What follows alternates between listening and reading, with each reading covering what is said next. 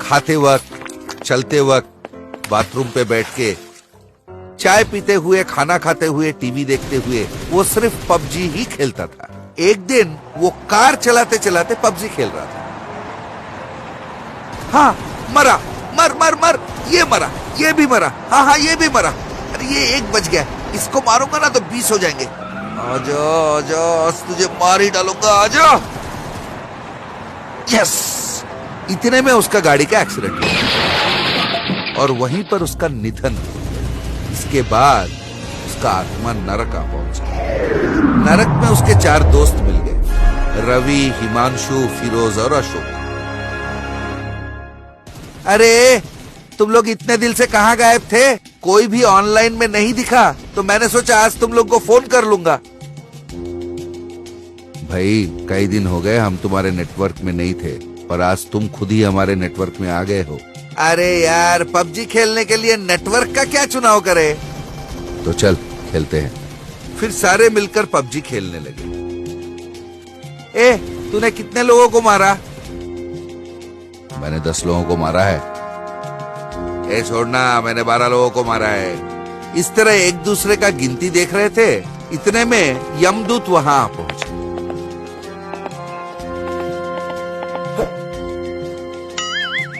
ए, देख यमदूत आ रहे हैं, कहकर उसने फोन अपने पीछे की तरफ छुपा ली। अरे वो सारे भी हमारे ही टीम के हैं। अरे क्या, ये यमदूत भी पबजी खेलते हैं क्या? क्या बोल रहा है यार, यहाँ जितने भी लोग हैं सारे खेलते हैं। तू खेलता जा मुन्ना, खेलता जा। वो सब मिलकर पबजी खेलने लगे। इतने में यम धर्मराज खुद वहां पहुंचे। आइए आइए यम धर्मराज जी, चलिए सब मिलके पबजी खेलते हैं। ऐसा कहते हुए वो जाकर यम धर्मराज के कंधे पे अपना हाथ रख दिया। ए पापी, तेरी इतनी हिम्मत, मुझसे मेरे ही साथ तू मस्खरा करेगा? यमदूतो, इसे और इसके सारे दोस्तों को ले जाओ और उबलती हुई तेल में इन्हें भुनो। उसके बाद नरक में जितने भी दंड है, सारे दंड का मजा इन्हें चखाओ। यमदूत बाबा और उसके दोस्तों को ले गए। फिर उबलती हुई तेल में उन्हें डुबोकर बाहर निकाला। बाहर निकलते ही बाबू ने अपना सेलफोन देखा। अरे मैंने सोचा था उबलती हुई तेल में डालेंगे तो सेलफोन खराब हो जाएगा, कुछ नहीं हुआ। बहुत खुश होकर वो फिर से पबजी खेलने लगे। यमदूत अचंभित हो गए। इस बार सारे दोस्त उल्टा सोकर पबजी खेल रहे थे। अरे आजा आजा, मारूंगा तुझे हूँ। अरे इसकी मौत तो मेरे हाथों लिखी है, आजा आजा।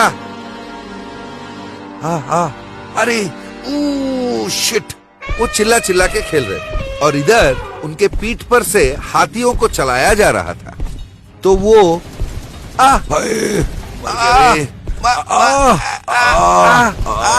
इस तरह चिल्लाने लगे।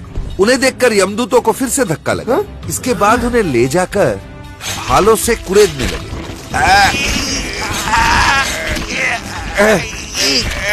इस तरह वो करा रहे थे। इसके बाद एक के बाद एक नरक में जितने भी दंड थे उन पे आजमाया गया, पर उन्हें कोई फर्क नहीं पड़ा। इन सब के बीच वो पबजी खेलते ही रहे। उनको देख के यमदूतों का होश उड़ गया और वो सीधे यम धर्मराज के पास जा पहुंचे। यम धर्मराज, यम धर्मराज, क्या हुआ? क्यों चिल्ला रहे हो?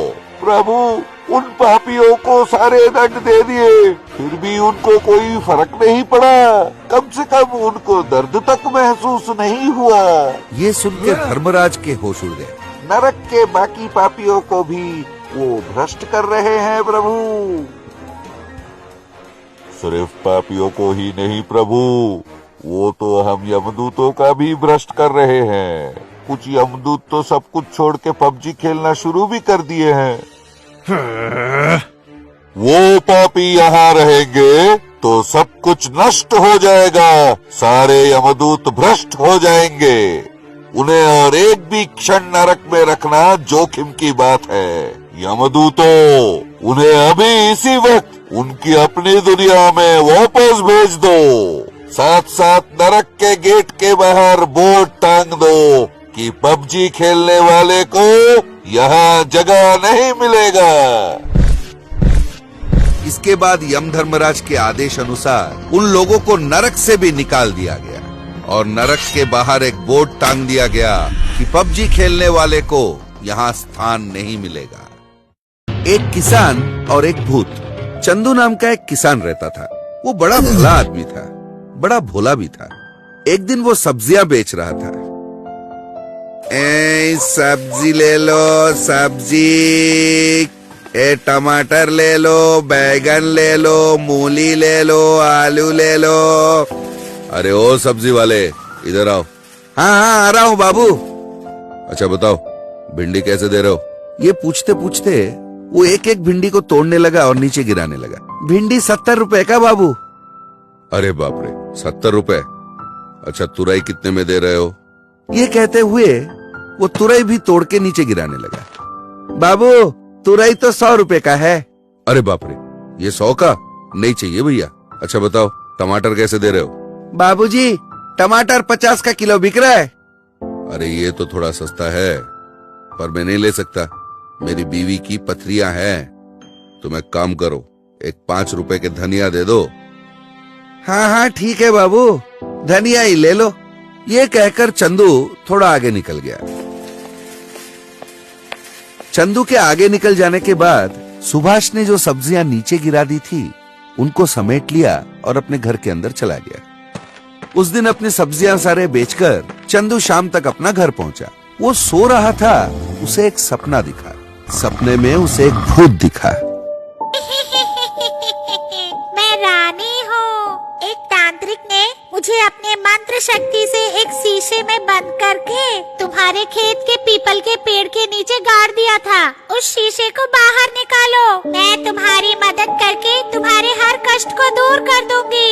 यही सपना चंदू को हर रोज नींद में आने लगा।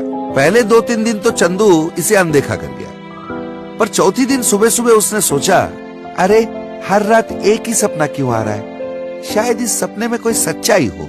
जो भी हो उस पीपल के पेड़ के नीचे खोद के देखना पड़ेगा। अगर सच हुआ तो सारे दुख दूर हो जाएंगे, नहीं हुआ तो चलो थोड़ा जमीन ही खोद ली। ये सोचकर चंदू अपने खेत के उस पीपल के पेड़ के नीचे गया और वहाँ खोदकर उसने शीशी बाहर निकाली। शीशी का ढक्कन खोलते ही भूत फुर्र से बाहर निकल गया और वो चंदू को दिखी नहीं। चंदू सोचा, अरे शीशी तो है पर ये तो खाली बोतल है, शायद मेरा सपना झूठा था। ये सोचकर उसने बोतल को वहीं फेंक दिया और वहाँ से चला गया। उस दिन वो घर पहुँचा और अपना सब्जी का ठेला लेके वो सब्जी बेचने निकल रहा था। उसकी बीवी ने कहा, अजी सुनते हो, आज घर जरा जल्दी आना, साफ सफाई करनी है। हाँ हाँ आ जाऊंगा जल्दी ही। फिर वो सब्जी बेचने निकल पड़ा। ए सब्जी वाला सब्जी, तुरई ले लो, भिंडी ले लो, बैगन ले लो, आलू ले लो, कैबेज ले लो, गोभी ले लो, सब्जी, सब्जी वाला सब्जी। सुभाष ने फिर उसे देखा। उसने सोचा, आ रहा है मेरा बकरा। उसने चंदू को पुकारा। हाँ बाबूजी आ रहा हूँ। चंदू अपना ठेला लेके उसके पास चला गया। हाँ भाई, कैसी चल रही है तुम्हारी बिक्री? अरे साहब धंधा मंदा है। क्यों नहीं होगा, सारी बासी सब्जियां जो बेच रहे हो। ये कहते हुए वो एक एक सब्जी लेके नीचे गिराता गया और हर बार वो अदृश्य भूत उसे मारती गई। अरे सब्जी वाले, मार क्यों रहा है? बाबू मैंने कहा मारा, आप कहाँ खड़े और मैं कहाँ खड़ा हूँ? ओ तो तूने नहीं मारा, शायद कुछ और था। उसने सोचा और सब्जी देखने के आड़े में सब्जियां नीचे गिराता गया और वो भूत बिना रुके उसे मारे जा रही थी। इधर सुभाष, अरे अरे कौन मार रहा है? अब तक चंदू को ठक्कर जो सब्जियां लिए थे ना, उसके पैसे दे दे। चौंक कर सुभाष इधर उधर देखने लगा पर उसे कोई दिखा नहीं। मैंने दूंगा। नहीं देगा। और वो मारे जा रही थी। अरे बाप रे, ओ आ ऊ आ देगा, दे देता हूँ, मुझे छोड़, दे देता हूँ। अच्छा चंदू, इसके पहले कई बार मैंने अच्छी सब्जियों को बासी बताकर उन्हें नीचे गिराकर तुम्हारे जाने के बाद उन्हें समेट लेता था। मुझे माफ कर दो, ये लो तुम्हारे पैसे। ये कहकर उसने चंदू को पैसे दे दिए। पर बेचारा चंदू को समझ में नहीं आ रहा था कि हो क्या रहा है। उसने पैसे लिए और उल्टे पांव अपने घर की तरफ निकल पड़ा। वो मनी मन सोच रहा था, आज जल्दी जाने को कहा है, पूरा घर में साफ सफाई करना है। ये सोचते सोचते वो घर पहुंचा। घर पहुंच के देखा तो वो हक्का बक्का रह गया। पूरा घर साफ सुथरा था। उसने सोचा, अरे ये सफाई किया किसने? मेरी बीवी ने किया है क्या? ये सोचकर वो चुप रह गया। रात को खाना वाना खाके वो सो गया। उस दिन रात उसे फिर से सपना आया। मुझे उस शीशे से बाहर निकलने के लिए धन्यवाद। मैंने ही तुम्हारा घर साफ करके सुब्बैया से तुम्हारे पैसे दिलवाए। चंदू नींद से अचानक जाग गया। अरे सचमुच ये सब किसी भूत ने किया है। मेरे सारे कष्ट भी दूर कर दिए उसने। ये सोचकर बड़ा खुश होकर वो फिर से सो गया।